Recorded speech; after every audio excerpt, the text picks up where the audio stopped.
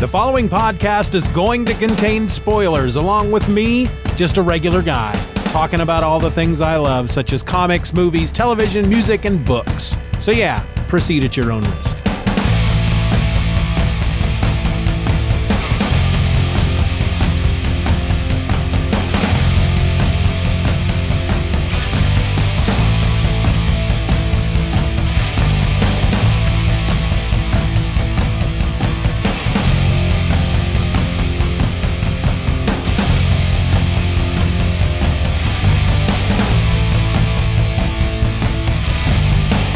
Hello and welcome to another episode of Just Another Fanboy. I'm your host, Steven, and this is it, folks. This is the last week of Season 1, ending with 70 episodes. This is episode number 68, and in this episode, I prove once again that I am consistently and constantly and always a day late and a dollar short. Because I just finally watched Wonder Woman with Gal Gadot and Chris Pine. I don't know why it took me so long to watch this movie, because I really enjoyed it. There were a few things about it I didn't care for, but not enough that it spoiled my enjoyment of the movie. But for some reason, I just let that sucker sit out there on DVD on the shelf at my library and just never reserved it. I may have reserved it once or twice. Sometimes I have issues with reserving something at the library, and then when it's available for me to come pick up, I don't have time to go in and pick it up.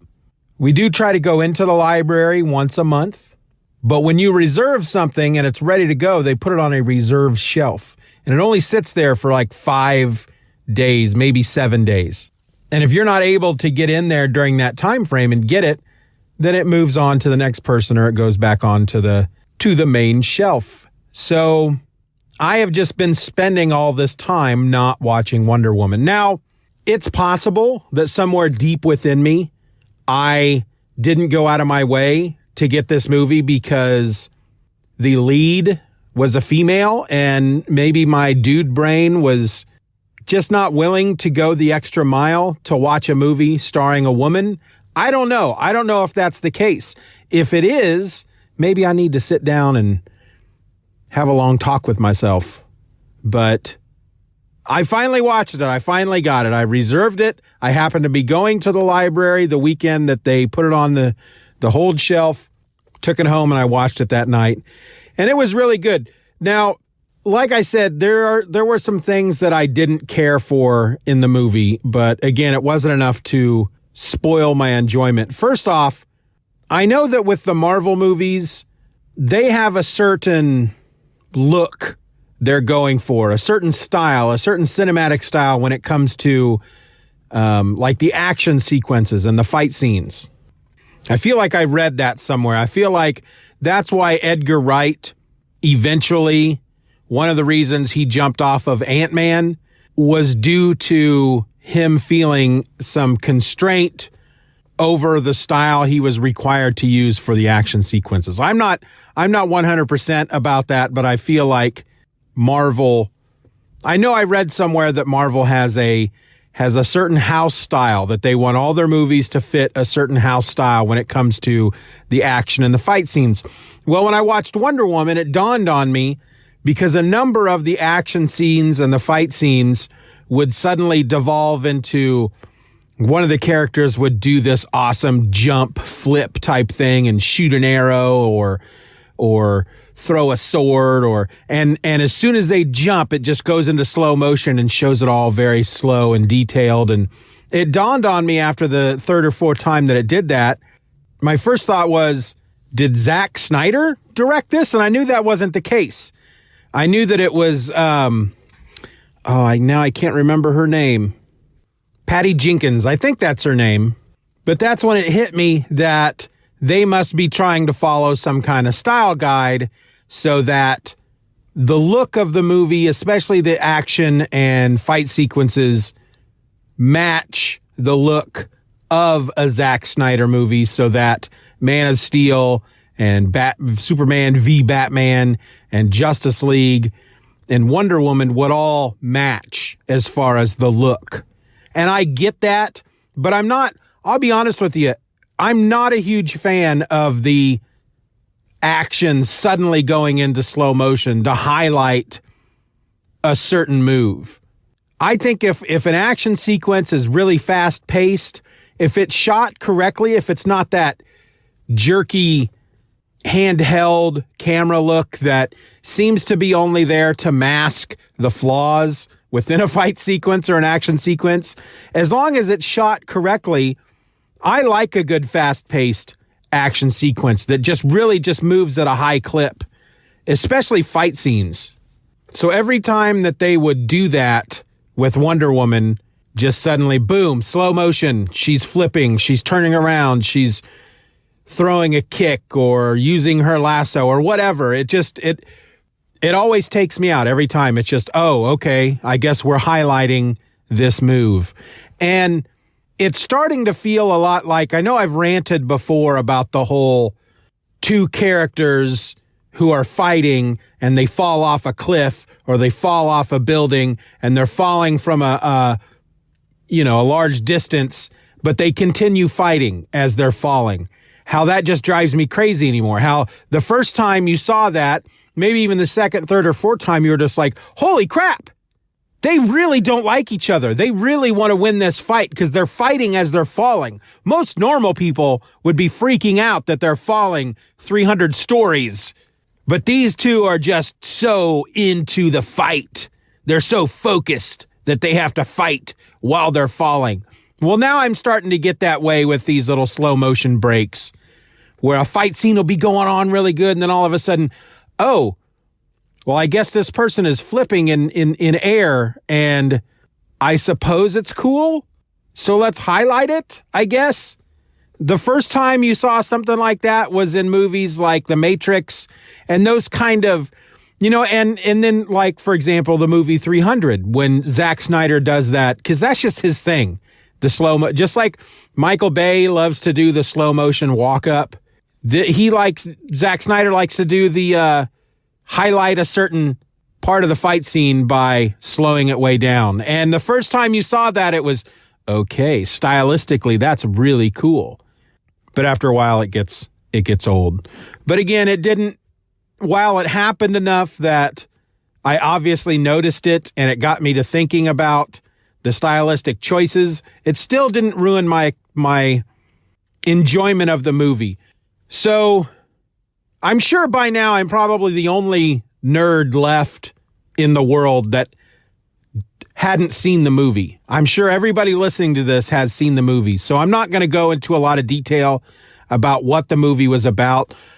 I mean, you've got Princess Diana living on Themyscira, or as Chris Pine, Steve Trevor at one point jokingly refers to it as Paradise Island. She's the only child created out of clay by Hippolyta and blessed by Zeus, brought to life.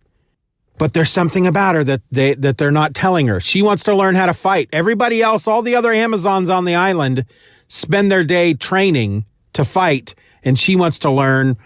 And the general, the mightiest warrior of the Amazons, whose name it's like Antiope something, I don't remember. She trains Diana in secret because there's something she's destined to do. And there's this whole backstory of Ares and all this junk. And then now we're in World War I, and Steve Trevor crashes a plane into the ocean near the island, and Diana rescues him, and he's telling them all about the war. And Diana's basically, well, this is why we're here. We're here to defeat. This is Ares. He's come back. We have to defeat Ares. And she goes off with him.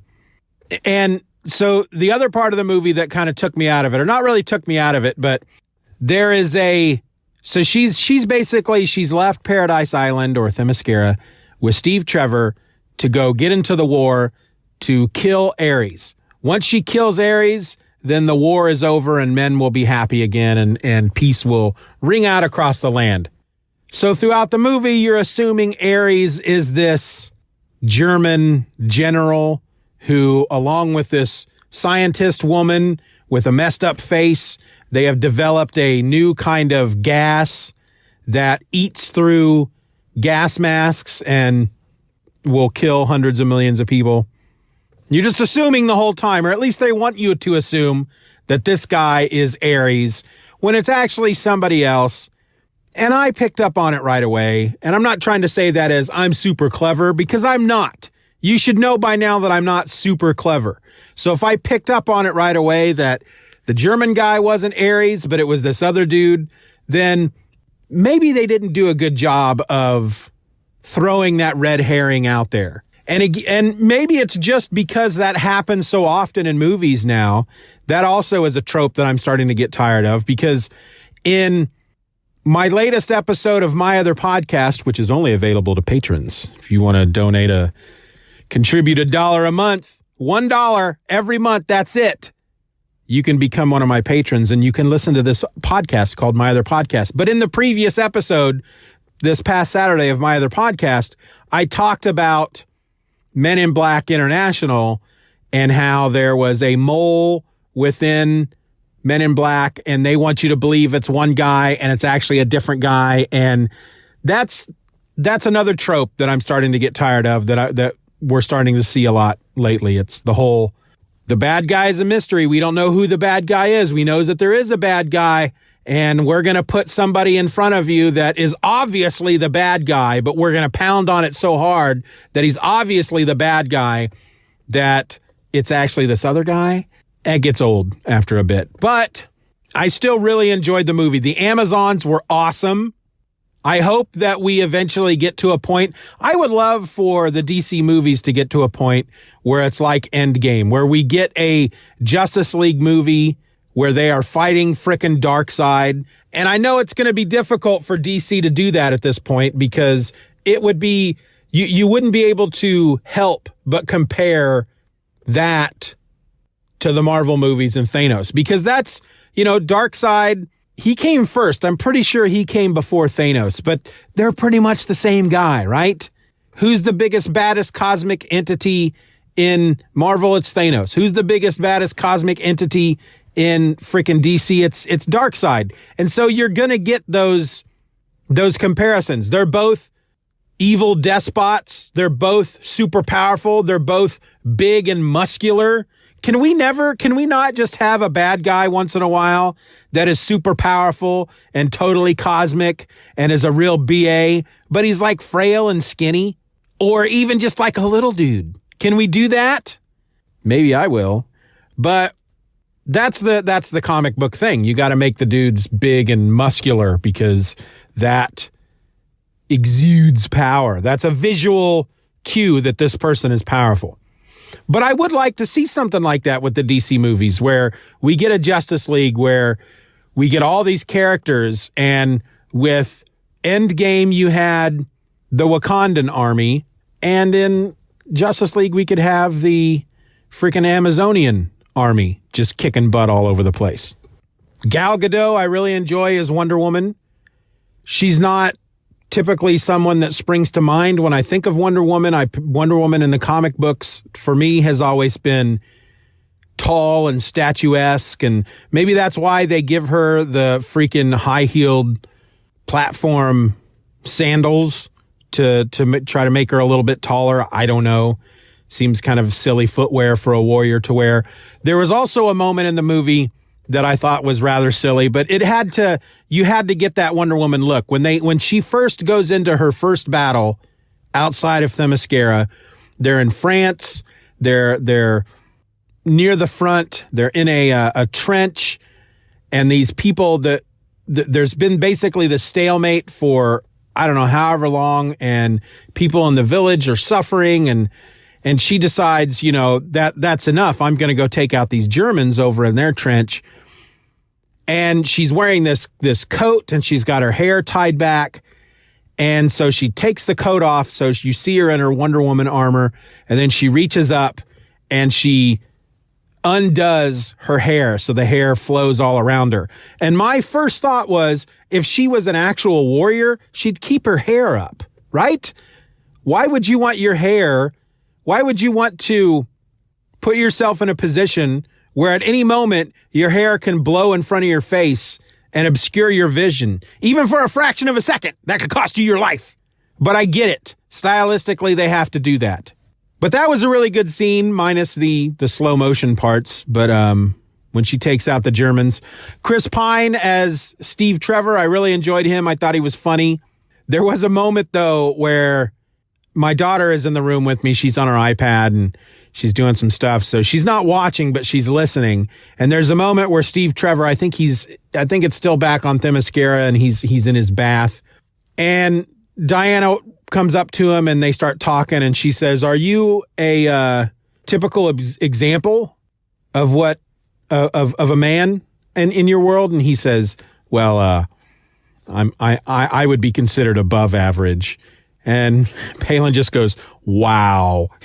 And I was like, yeah, I get that line was supposed to be funny. Steve Trevor obviously has some self-image issues, because that wasn't the first time in the movie he says that, because she refers to him at one point later in the movie as the average man. And well, in where I'm from, I would be considered above average. You have to be a spy. But it almost comes off not as funny, but more as cocky. But then not even like Han Solo fun cocky, more like, I'm really obsessed with my own image, and it worries me to think that somebody might not realize that I am a above average example of the male form. And if you don't understand that, it's gonna eat at me all day, and it's gonna give me anxiety, and it's a real issue that I have. And it came off sad to me. To me, it came off not as funny, or even a funny, cocky type of thing, or even a kind of a funny, oh, he's worried that she's going to think he's not good looking kind of funny. It was more, wow, he is sad. He is a sad individual. For him to worry about that's sad. I liked Etta Candy. I liked the guy that played Ares. The final battle between Wonder Woman and Ares was really good. Wonder Woman did a few things. There was certain things that Wonder Woman would do, though, in the movie that I don't remember being a part of her power set in the comics. Now, I'm not a regular reader of Wonder Woman comics, but I have read a number of Wonder Woman books. And from what I recall, from my mind, her power set in the comic books is she's super strong. Basically, she's a female Superman, which is kind of a sexist thing to say, right? Superman and Wonder Woman share a lot of the same powers. I feel like Wonder Woman can fly. They kind of go back and forth on that. One of the reasons they gave her the invisible jet is because she can't fly. And then yet in some cartoons and some books, she does fly. She's super strong. She has the bracelets that deflect bullets, but yet I feel like which would tell me that she's not bulletproof, but yet at the same time, I feel like she is. Maybe she's super strong, but she's not bulletproof, which is why she's got the bracelets. She can't shoot lasers out of her eyes like Superman, but other than that, she's fast. She's super strong. She's super fast, and she's a warrior. And sometimes she can fly. But in the movie, they also had her a couple of times where she would cross her arms in front of her chest, and this energy burst would just blast out of her, like in a circle, like a bomb going off almost. And I don't remember that ever being a part of Wonder Woman's power set. But it is, I guess, in the DC cinematic universe, that's one of her powers. But I really enjoyed the movie. I'm glad that I finally watched it. I'm angry that I waited so long to watch it. The new one is coming out soon. Of course, I always have to wait for DVD. I think the new one looks good, but I watched the trailer for it, and I know, obviously, the actors. You see the actors. This, obviously, here's the guy that's going to be the bad guy. But I don't know who they're supposed to be portraying in reference to the comic books. And I keep meaning to look that up. The bad guy in the trailer, and then Kristen Wiig. I don't know who she's supposed to be in reference to in relation to the comic books, but I think it looks good. I'm on board for it. It's a step in the right direction. in my opinion, for DC Comics and their cinematic universe. Well, that's all I got to say about that. So you got 2 more episodes left until the end of the season, Wednesday and Friday, and then we're done, taking a couple of weeks off, and then we'll come back in 2020 with all new episodes, season 2. Are you excited for that? Because I am. I'm excited to keep this train a-moving, keep this train a-rolling. Just another fanboy. That's me. My name is Steven. This is my podcast, and I want you all to be nice to each other. That's it. That's all I got to say. I'm out. See ya. Just Another Fanboy is a presentation of the Stephen or Else podcast. Questions and comments can be directed to feedback@StephenOrElse.com. You can support the show for as little as $1 a month at patreon.com/StephenROr and get instant access to the My Other podcast, a weekly show about whatever crawls its way into my tiny little mind just moments before I tap record. You can find me on the World Wide Web at StephenOrElse.com or find me on Twitter and Instagram by searching for @StephenOrElse. I also encourage you to subscribe to the show, leave us a 5-star review, and share this episode with a friend. Just Another Fanboy is a proud member of the Comics Podcast Network. You can find that over at comicspodcasts.com. All links will be in the show notes.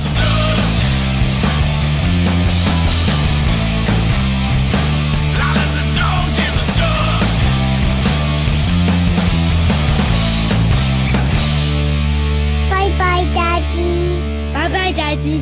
Good job.